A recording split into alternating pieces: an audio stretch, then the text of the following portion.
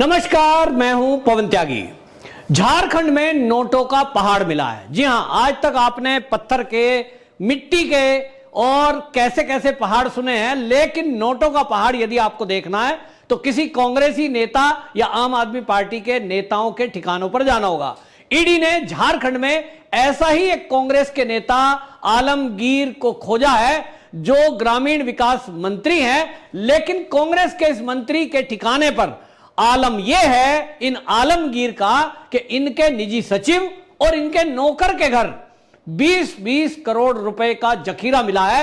नोटों को गिनने के लिए मशीनें मंगाई गई और हाल यह है कि जो ये अभी तक ये कहते हैं ईडी का मोदी जी दुरुपयोग कर रहे हैं, विपक्ष को परेशान किया जा रहा है। ये मेरे पीछे आप देख रहे हैं कि ये नोटों का जो जखीरा आप देख रहे हैं, बड़े बड़े बैग में भर करके एक नौकर के घर पे रखा हुआ था। लोग इसको लेकर अब यह भी कह रहे हैं कि यदि एक मंत्री जी के घर पे, उनके नौकर के घर पर, उनके सचिव के घर पर इतना बड़ा नोटों का जखीरा मिला है तो मालिक के घर पर कितना होगा। इसी से आप आइडिया लगाइए कि यदि किसी मंत्री के नौकर के घर में इतने नोट रखे हुए हैं तो मंत्री जी के और ठिकानों पर कितने नोट होंगे। हालांकि ईडी ने इस मामले में 20 ठिकानों पर छापेमारी की है जिसमें यह नोटों का जखीरा मिला है और यह बता रहा है कि किस तरह से चुनाव को प्रभावित करने के लिए इन लोगों ने नोट इकट्ठे कर रखे थे और ये भी नोट भ्रष्टाचार के हैं। ईडी की ये जो कार्रवाई है सूचना के आधार पर हुई और ये पहले भी, इसके पहले ईडी ने यहां कार्रवाई की थी। आपको याद होगा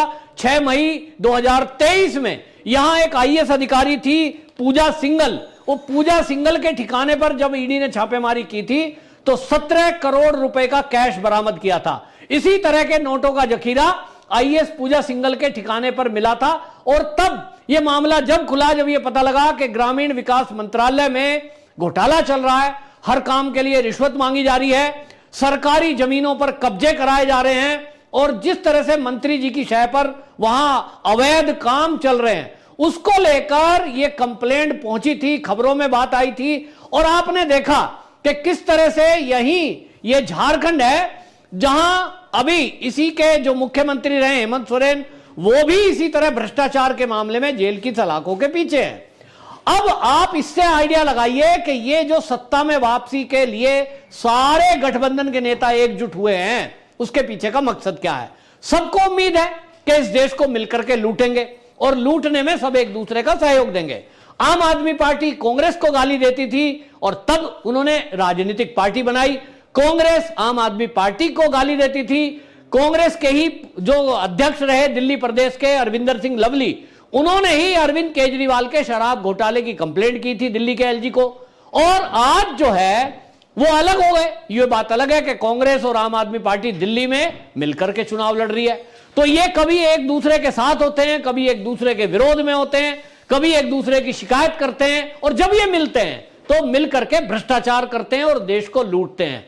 ये जो नोटों का जखीरा है ये बता रहा है कि किस तरह से ये मिलकर के इस देश को खोखला करने में लगे हुए हैं, देश को लूटने में लगे हुए हैं और इसीलिए इनका लक्ष्य है कि देश की संपदाओं को लूटें। लेकिन मोदी जी हैं, मोदी जी को देश की जनता ने प्यार दिया। 2014 और 2019 में जब भारतीय जनता पार्टी की सरकार बनी तो मोदी जी को समझ में आ गया है कि मोदी जी को किसी ने ये जो सरकार बनाने का मौका दिया है, देश की जनता ने जो उनको वोट दिया है, लोग खुलकर कहते हैं कि हमने ये जो वोट दिया है, हमने फ्री बिजली, फ्री पानी के नाम के लिए नहीं दी है। मोदी जी से हम फ्री की बिजली, फ्री का पानी, फ्री बस यात्रा नहीं चाहते हैं। हम चाहते हैं देश का विकास हो, हम चाहते हैं कि देश के भ्रष्टाचारी जेल की सलाखों के पीछे हो। आप सोचिए कि किसी एक मंत्री के नौकर के घर से इतना नोट जमा हो रहा है तो मंत्री जी के तो चाहने वाले कितने होते हैं, पार्टी के कार्यकर्ता, जिला अध्यक्ष, उनके इधर उधर रिश्तेदार। अगर सबके ठिकानों को खंगाला जाए तो यह संपत्ति अरबों में हो सकती है।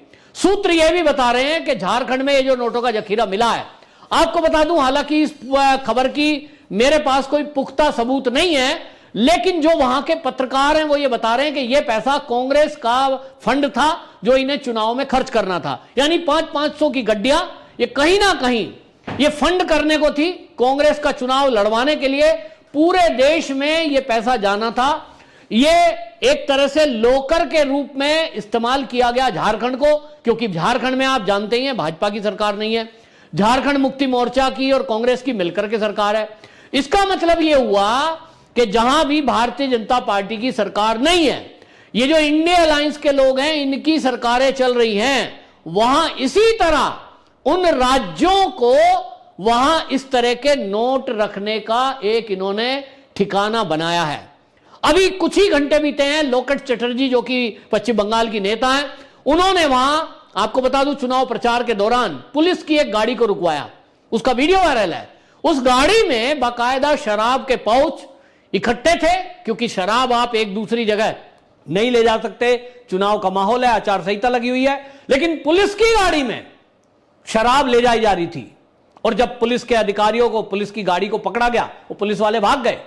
अब वो वीडियो वायरल है, कहां ले जा रहे थे भाई? यानी पुलिसकर्मी ममता बनर्जी के कार्यकर्ता बने हुए हैं, टीएमसी के कार्यकर्ता बने हुए हैं और अवैध धंधा कर रहे हैं, लोगों को शराब पहुंचा रहे हैं। यह हाल इस देश में बना के रखा है इन विपक्षी पार्टियों ने। कोई तुष्टीकरण की बातें कर रहा है, कोई मंदिर को दोबारा तोड़ने की बातें कर रहा है, कोई जो है यहां हिंदुओं की संपत्ति अल्पसंख्यकों में बांटने की बात राहुल गांधी कर रहे हैं। ऊल जलूल बातें करने के अलावा इनके पास कुछ भी नहीं है। कोई पार्टी का, इनका इंडिया अलायंस का विजन नहीं है। यहां तक कि प्रधानमंत्री का भी कोई चेहरा इनका तय नहीं हो पाया।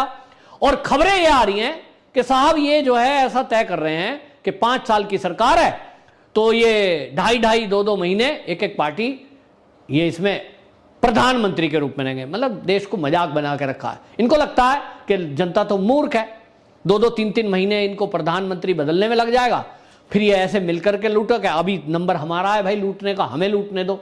तो ये जो सबूत सामने आ रहे हैं, एक बात तो तय दिखाई दे रही है कि मोदी जी ने जो पीएमएलए की धाराओं में संशोधन किया और इस कानून को सख्त किया है, उसकी बहुत जरूरत है। दूसरी बात यह है कि ये जो नेता हैं, जब इनके ऊपर कार्रवाई होती है तो इनके पास विक्टिम कार्ड खेलने के लिए और कुछ भी नहीं होता, कहने के लिए कुछ भी नहीं होता, और एक ही शब्द है इनके पास कहने के लिए, मोदी जी हमको डरा रहे हैं, ईडी से गलत कार्रवाई की जा रही है, झूठे आरोप लगाए जा रहे हैं। अब आप मुझे ये गड्डियां देख के बताइए, क्या ये गड्डियां जिनको रखने के लिए, आपको बता दूं, ये बताया जा रहा है कि 6 बड़े बड़े बक्से मंगाए गए, उतने 6 बक्से भर के एक ट्रक में इन नोटों को ले जाया गया। ईडी के अधिकारी जब छापा मारने आए तो वो मात्र 2 गाड़ियों के अंदर आए थे, एक में सुरक्षाकर्मी थे, दूसरे में ईडी के अधिकारी थे। यहां मामला इतना बड़ा निकलेगा किसी ने उम्मीद नहीं करी थी। ईडी को भी ये उम्मीद थी कि 2-3 करोड़ रुपए कहीं रखे होंगे, नौकर है, मंत्री जी के नौकर के घर में इतना पैसा कहां से मिलेगा। लेकिन हमने देखा जब पश्चिम बंगाल में भी शिक्षा भर्ती घोटाले की जांच ईडी कर रही थी, उसमें जो पार्थ चटर्जी थे, वो पार्थ चटर्जी ने भी क्या किया हुआ था, अपनी महिला मित्र के फ्लैट पे वो पैसे रखे हुए थे और लगभग इसी तरह रखे थे, बैगों में भरकर। एक फ्लैट इसीलिए हायर किया गया, एक फ्लैट को इसीलिए खरीदा गया 3 कमरे का, ताकि उसमें नोटों का जखीरा रखा जा सके। सोचिए कितना लूटा है इन लोगों ने। अब ये जो है मामला जब खुला और ईडी ने जब रेड की और देखा कि ये कमरा पूरा भरा पड़ा है, नोटों का पहाड़ खड़ा हुआ दिखाई दे रहा है, तब वहां वरिष्ठ अधिकारियों को सूचना दी गई और मामले को इसी तरह से, आप सोचिए कितना गंभीर मामला है कि वहां ईडी के एडिशनल ज्वाइंट डायरेक्टर जो हैं कपिल राज, वो वहां खुद पहुंचे, क्योंकि नोटों का बंडल नहीं, नोटों का पहाड़ मिला। तो एक भी नोट इधर उधर ना हो जाए, फिर उस पर कार्रवाई हो, उसके पुख्ता सबूत बने, उसकी वीडियोग्राफी हो। ये वीडियोग्राफी वही है आप जो मेरे पीछे देख रहे हैं। तो ये सबूतों के तौर पर है, ताकि कल को जब कार्रवाई होगी, और ये मंत्री जी अब जेल जाने वाले हैं, क्योंकि अभी तक तो इनसे मीडिया ने पूछा कि आपके एक ओएस के घर, आपके एक नौकर के घर इतना पैसा मिला है, इस पर आप क्या कहेंगे। वो कह रहे हैं साहब इसमें अभी जांच चल रही है, अभी मैं कुछ नहीं बोलूंगा। वो तो नौकर ने बोल दिया। भाई नौकर की क्या औकात है, नौकर की तो 20-25 हजार रुपए तनख्वाह है, मंत्री जी के घर में आके काम करता है। वो एक निजी सहायक है जो ओएसडी बोलते हैं, ओएसडी की तनख्वाह कितनी है वो भी बता रहा है कि 50,000 रुपए तनख्वाह है। भाई 50,000 रुपए तनख्वाह वाला व्यक्ति उसका घर परिवार चलाने में उस पैसे को खर्च कर देगा, इतना जखीरा तो बरामद नहीं हो सकता। 20 करोड़ रुपए ओएसडी के घर से मिले। जो नौकर है जहांगीर नाम है उसका, 40 करोड़ रुपए उसके ठिकाने से मिले। सोचिए ये नौकर लेकर भाग ही जाता इससे तो, लेकिन उनको पता है मंत्री जी हैं भाई। तो ये हाल है। अब इसको लेकर जिस तरह की मारामारी वहां चल रही है, झारखंड में आप देख लीजिए, छत्तीसगढ़ में पिछले दिनों आपने देखा महादेव ऐप का मामला। वो महादेव ऐप बनाने वाले कह रहे हैं साहब 500 करोड़ रुपए हमने भूपेश बघेल जो वहां कांग्रेस के मुख्यमंत्री थे, हमने उनको दिए, सऊदी में पहुंचाए। अब उसकी भी जांच चल रही है। अभी चुनाव का माहौल बीच में आ गया, वो जांच कहीं ठंडे बस्ते में नहीं गई है, अभी उस जांच को होना है। यानी जो मोदी जी कह रहे हैं कि 2024 के इस चुनाव के बाद अगले 100 दिन का काम मैंने पहले ही तैयार कर लिया है। एजेंसियों को उन्होंने पहले ही कह दिया है कि अपना होमवर्क करके रखो, उसके बाद आपके पास बहुत काम आने वाला है। ये मोदी जी का विजन है। मोदी जी ने पहले से सोच के रखा है कि जिन लोगों ने इस देश को लूटा है, पहला अटैक उनके ही ऊपर होने वाला है। जो भी लोग अभी तक सोच रहे हैं कि उन पर उनकी नजर नहीं है, एजेंसियों की, मोदी जी की नजर नहीं है, और आपने ये जखीरा जो इकट्ठा कर रखा है ऐसे ही आप बच जाओगे, निश्चित रूप से नहीं बचने वाले हो।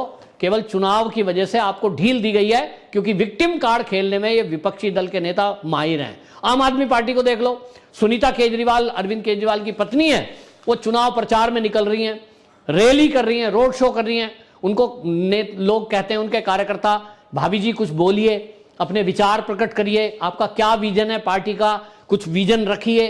कार्यकर्ता सुनना चाहते हैं कि अरविंद केजरीवाल तो जेल में चले गए, अब आपने पार्टी की कमान संभाली है, तो आप जरा कार्यकर्ताओं को संबोधित करो और बताओ कि अगर आप पार्टी की संयोजक बनती हो, आप दिल्ली की मुख्यमंत्री बनती हो, तो आप जनता को क्या संदेश दोगी।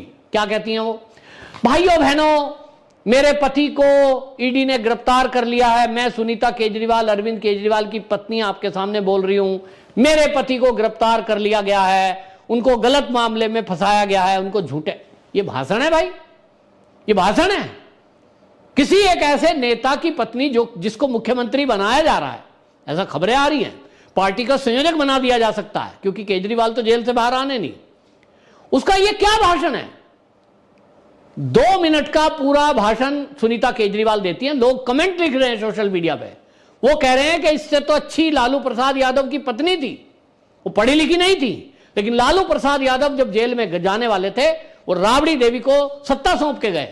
राबड़ी देवी सीधे स्वभाव में जो भी शब्द बोलती थी, कार्यकर्ताओं को संबोधित भी करती थी। उन्होंने कभी ये रोना रोना नहीं रोया, मेरे पति जी को जेल में डाल दिया है, नहीं। उन्होंने अपने कार्यकर्ताओं को संबोधित किया और एक नेता जैसा होता है, सीएम जैसा होता है, वैसा बोला। हालांकि उनके पास सहायता करने के लिए उनके कार्यकर्ता और सहायक थे लालू प्रसाद यादव के, लेकिन उन्होंने कभी भी इस तरह से विक्टिम कार्ड खेलने की कोशिश नहीं की और उन्होंने काम संभाला, पार्टी संभाली। सुनीता केजरीवाल पढ़ी लिखी हैं, कहते हैं अरविंद केजरीवाल जितनी ही पढ़ी लिखी हैं, लेकिन उनकी हालत यह है कि कोई शब्द बोलने के बजाय वो विक्टिम कार्ड खेलने में लगी है। मेरा पति, मेरा पति, मेरा पति, यही भाषण है बस उनका, मेरा पति, मेरा पति। भाई ये परिवारवाद कहां से ला रहे हो आप, विजन रखो ना, आपके पास क्या विजन है। मेरा पति, मेरा पति, मेरा पति, झूठे इल्जाम, झूठे इल्जाम, झूठे इल्जाम, ईडी ईडी ईडी, दुरुपयोग दुरुपयोग दुरुपयोग, भाषण खत्म। ये भाषण है, ये कार्यकर्ताओं का संबोधन है। इसी तरह आप देख लो, ये विपक्षी पार्टी का हाल है, लूट रहे हैं, इनके नोट बरामद हो रहे हैं। तो अब जब ये कांग्रेस के नेता के ठिकानों से जो नोटों का बंडल मिला है, इसके बाद राहुल गांधी के होश उड़े हुए हैं, क्योंकि कहा यह जा रहा है कि ये जो पैसा है ये कांग्रेस पार्टी के चुनाव के प्रचार के लिए रखा गया था, और ये वहां से झारखंड समेत ये बिहार में और बाकी जगह इस पैसे का इस्तेमाल होना था। कांग्रेस पार्टी जो कहती है हमारे पास तो चंदा देने के लिए हमारे पास पैसे नहीं है, चुनाव प्रचार के लिए हमारे पास नहीं है, हमारे खाते सीज कर दिए, वो रोना रो रहे हैं ना। आप देख लो, अरविंद केजरीवाल की पत्नी प्राइवेट हेलीकॉप्टरों में घूम रही है प्रचार करती हुई, एक तरफ वो रोना रोते हैं हमारे पास तो पैसे नहीं है।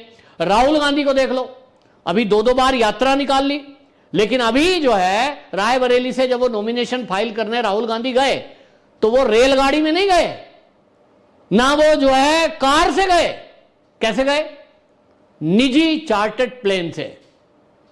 लाखों रुपए में वो चार्टर्ड प्लेन बुक होता है, और आलम ये कि उस पर राहुल गांधी अलग प्लेन से, सोनिया गांधी अलग प्लेन से, प्रियंका गांधी वाड्रा अलग प्लेन से। एक तरफ देश को मूर्ख बनाने के लिए ये कांग्रेस ये कह रही है हमारे तो खाते सीज कर दिए मोदी ने, हमारे पास तो चुनाव लड़ने के लिए पैसा नहीं है, क्यूआर कोड जारी किया जा रहा है, हमें पैसे भेजो।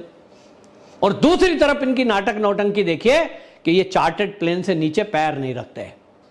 यह है नाटक, देश की जनता की आंखों में धूल झोंकना, ताकि इस तरह के नोटों के जखीरों को ये ठिकाने लगा सकें। अब ये एक रेड है, अभी और कार्रवाई होना इसी तरह आप देखेंगे होती रहेगी, निश्चित रूप से बख्शा नहीं जाएगा। सब तरफ एजेंसियों की नजर है, यह बात अलग है, कहीं कहीं सूचना देर में मिलती है, कार्रवाई देर में होती है। लेकिन इस झारखंड के ये जो मंत्री जी हैं, इन मंत्री के आलमगीर आलम के ठिकानों से जो ये जब्ती हुई है, ये बहुत बड़ा एक कांग्रेस को झटका लगा है। एक तरह से इन्होंने लोकर के रूप में ये घर इस्तेमाल किए थे नौकरों के, इनको लग रहा था ईडी वहां तक पहुंच ही नहीं पाएगी, सोचेंगे साहब ये तो निजी सचिव हैं, ये तो नौकर हैं। लेकिन ईडी तो भाई ईडी है, आजकल मोदी वाली ईडी है, ये कांग्रेस वाली ईडी नहीं है कि जो कुछ ले दे के सेटल कर लेगी, ये मोदी वाली ईडी है कि जब कार्रवाई करती है तो छोड़ती नहीं है। और इसीलिए ये पूरा विपक्ष बौखलाया हुआ है। अब आपको तय करना है कि इस तरह से लूट का धन सरकारी खजाने में जमा कराने वाली पार्टी चाहिए ताकि देश के विकास के काम हो सके और यह पैसा गरीबों तक पहुंच सके, या फिर आप ऐसी पार्टी को वोट देंगे जो ऐसा लूट के अपने घरों को भर रही है ताकि उनके बच्चों का भविष्य बन सके। मर्जी आपकी, कमेंट बॉक्स में जरूर बताइए। वंदे मातरम।